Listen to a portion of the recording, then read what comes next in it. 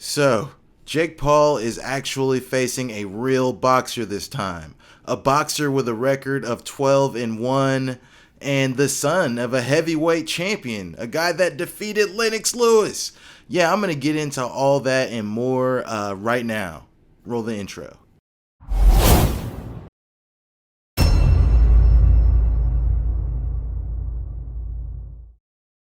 All right, guys. Welcome back to the second installment of the Champ Chat. Yeah, the subject matter today is Jake the Problem Child Paul, or however he puts that. The Problem Child Jake Paul, whatever. However he wants to put that in there. That's up to him. But before I get into this, guys, as always, like, share, comment, subscribe. If you're new here, hit that bell so you don't miss a drop. All right. So I'm just going to get right into this. The first thing is Jake Paul's lack of amateur career. Yes, Jake Paul went straight to the pros. You know, a lot of boxers before they turn pro, they have a long, extensive amateur career, you know, to work out all the kinks. But no, Jake Paul has gone straight to the pros, and that is admirable. But as I mentioned before, this is the first time he will be actually stepping in there with another professional boxer. Okay, so the first thing about him going straight to the pros, Jake's opponents. Let's look at him. The YouTube kid he fought in his debut, I don't even know if it was a YouTube kid or not. I don't remember the guy. But then, okay, we saw the Nate Robinson knockout. Dog is singing the hymns. He's trying to get the problem. We saw the Ben Askren knockout. Get my money, Jake. Get my motherfucking money, Jake. Get my motherfucking money, Jake. Get my motherfucking money, Jake. We saw the first fight with Tyron Woodley that got a little dicey when Tyron finally connected and sent Paul into the ropes. Couldn't make his corner feel good as round 5 under. Jake Paul's body positioning. Jab, how about that? As a feint, and then the right hand kind of gets, and it came courtesy of this left hook by Woodley. And then obviously we got the rematch, which led to Woodley being face down, ass up, the same way he likes to fuck. I don't know. That's a joke. It's from time to time. Just hasn't been.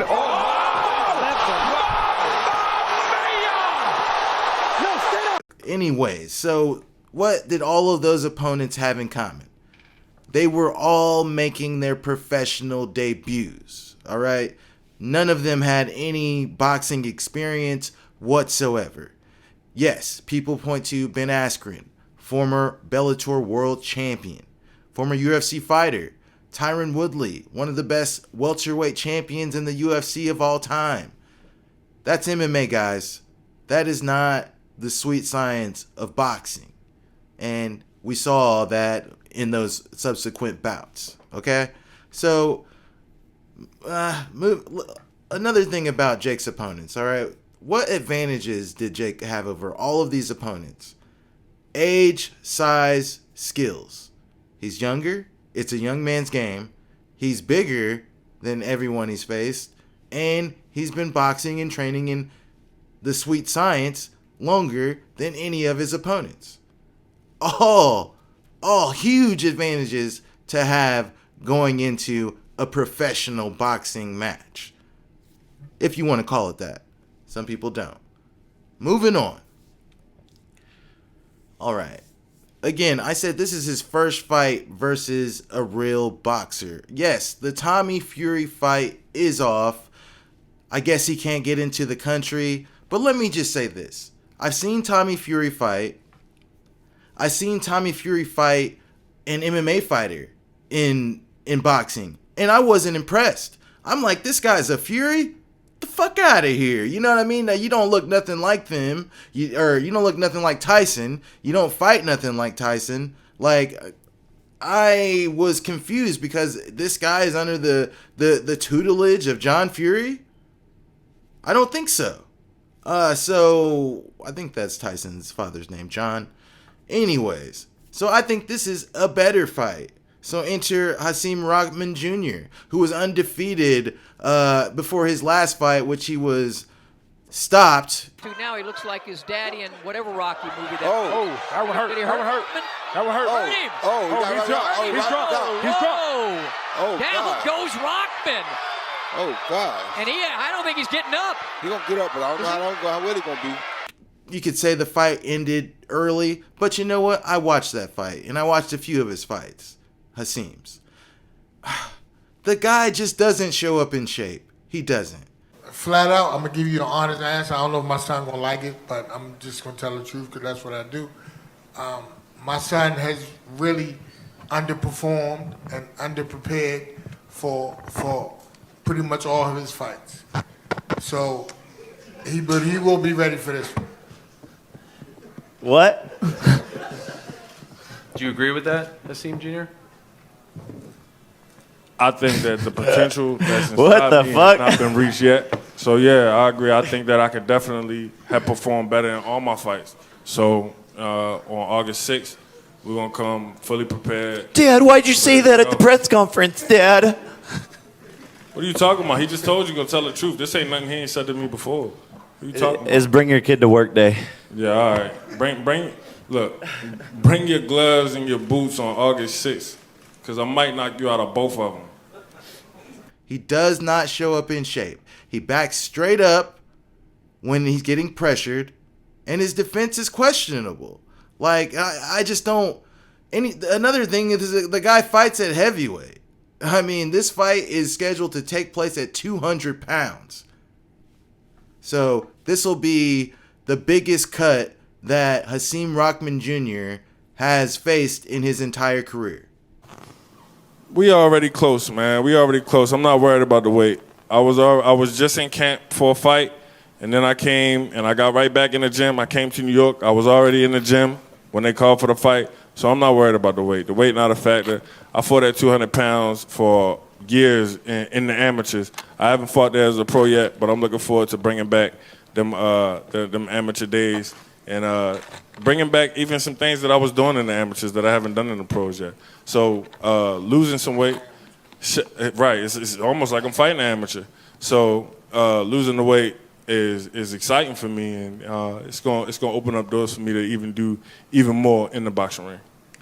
Just curious, I don't know if you caught that. You said like fighting an amateur. Do you take exception with that comment? No, he's going to get beat up by a singer, a musician, a seashell collector, an amateur. Disney boy. I'm a you Disney is not boy. about to beat I'm a me up. YouTuber. Who have you ever beat up? I'm all of these Who things. have you ever beat up? You ain't beat up nobody. You ain't beat up nobody. You sound stupid. No, you sound stupid. Who have you beat up? 5-0. You ain't beat Knocked up out everyone I nobody. fought. Knocked You out ain't everyone I beat up fought. nobody. Knocked out everyone I You fought. ain't beat up nobody. Anybody can get the 5-0 fighting nobody. Come on, man. You ain't fought nobody that boxed before. You fought everybody in their debut and then rematch somebody. Stop it, bruh. Stop Perfect. it, So that's why we running it. That's why you're the next opponent. No Yeah, shit. You're I a know. speed bump. I know. Another name on the list. I know. A pawn. Yeah, okay. You say that now. I'm about to give you your first loss. Stupid. 12-1 career. They're former training partners. Hasim Rahman spoke about how Jake brought him in and they handicapped him. Told him, hey, don't knock this kid out. Only use your left hand. Don't make him mad because we want to get you paid. Well, I don't know why they're so worried. The fact that they keep on saying that's a telltale sign. Sparring isn't fighting because, I mean, you're probably a little bit nervous about what happened. But obviously it's... What happened? Obviously, What happened? Obviously What happened? It's different. Nothing. Under the lights, you be bringing up the sparring. under You the the one light- posted the sparring. Under Oh, you don't like getting interrupted, do you? under the lights, 10-ounce gloves, of course, is different. That's why I do this sport. I don't do this sport to spar. I do this shit to fight. And when he gets under the lights, Madison And you ain't Square fought Garden, nobody. in front of 20,000 You ain't fought people. nobody. Everybody you fought have been their debut. Who have you fought? Everybody you fought been their debut. Who have you fought? I just Tyron fought somebody. Woodley, UFC champion. 20 and Ben 0. Askren. What are you talking champion. about? Nate Robinson. Champions in MMA. NBA, Champions all-star in MMA.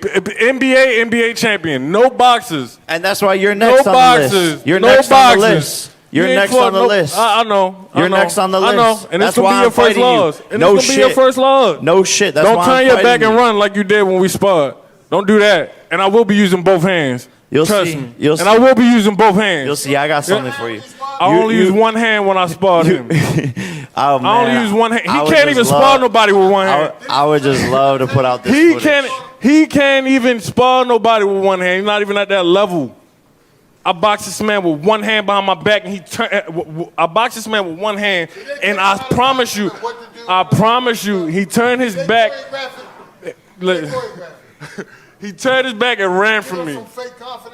That's what's going on in his whole camp. That's all they do. Look, Rock. Don't do this. Don't switch southpaw. Don't sit here and say you don't, because when I spar you, you do the same thing.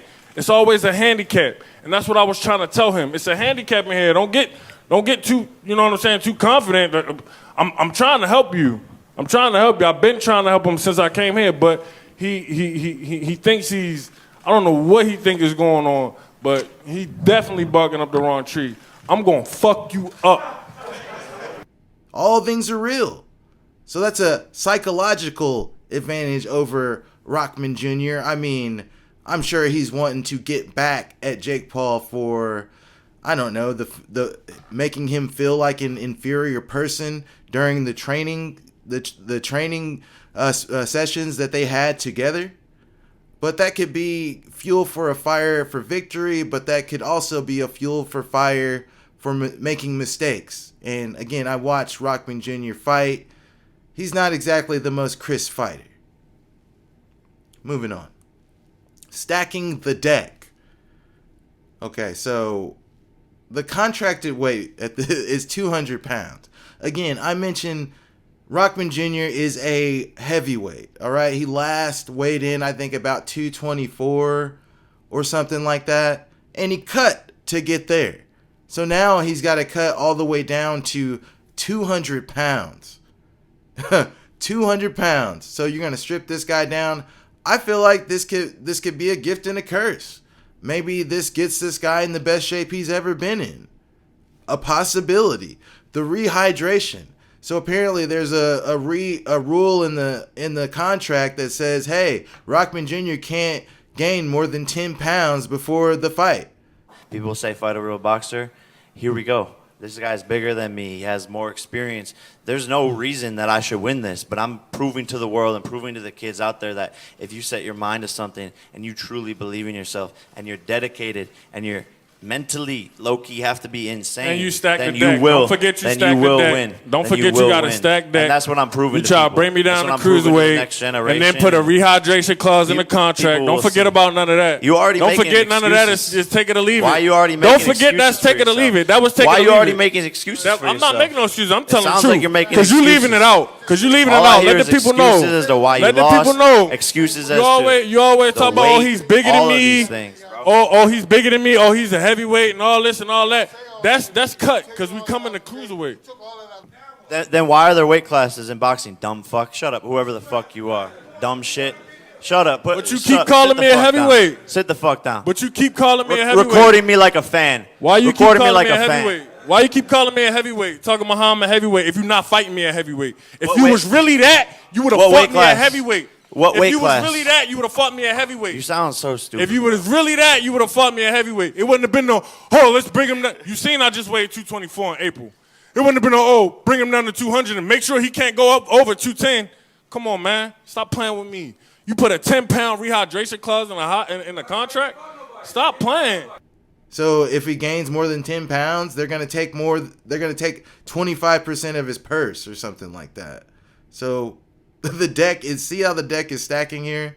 You're stripping a heavyweight guy down all the way here, and then you're telling him he can't rehydrate past a certain threshold, or you're going to take his money. These are tactics, people. All right, so another thing is heavyweight fighters in any combat sports. And you guys can get mad at me for saying this, but this is the truth. The heavier you get, the more the skills aren't, well, okay, let me rephrase this. The heavyweight guys rely more on their power than the weight classes below. I mean, and it just gets more subsequent each time. I mean, like, you have to be more technical to fight at these lower weight classes where the knockouts don't come at, as frequently. So you see more skilled fighters in lower weight classes. It's just science. It's just the game. So with that being said, you're taking a heavyweight that doesn't throw crazy volume, that prods forward, backs up straight, and doesn't really possess any crazy knockout power. I'm sure he stopped some people that were outmatched, but I mean, I watched this guy fight and he gassed after a round and a half. I mean, like I said, this could be a gift and a curse, but again, the deck is stacked in Jake Paul's favor.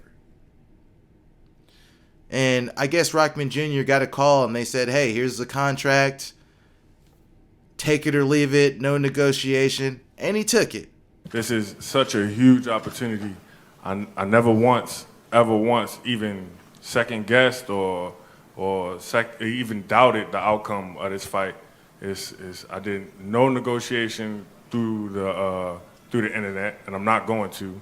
But whatever they sent me, and they said, look, this is take it or leave it. Either you take it or you leave it, or there ain't no fight. And I took it, and that's that. We here right now. So all this BS about going back and forth about everybody. Well, we know that because we fight. We've been in this game a long time.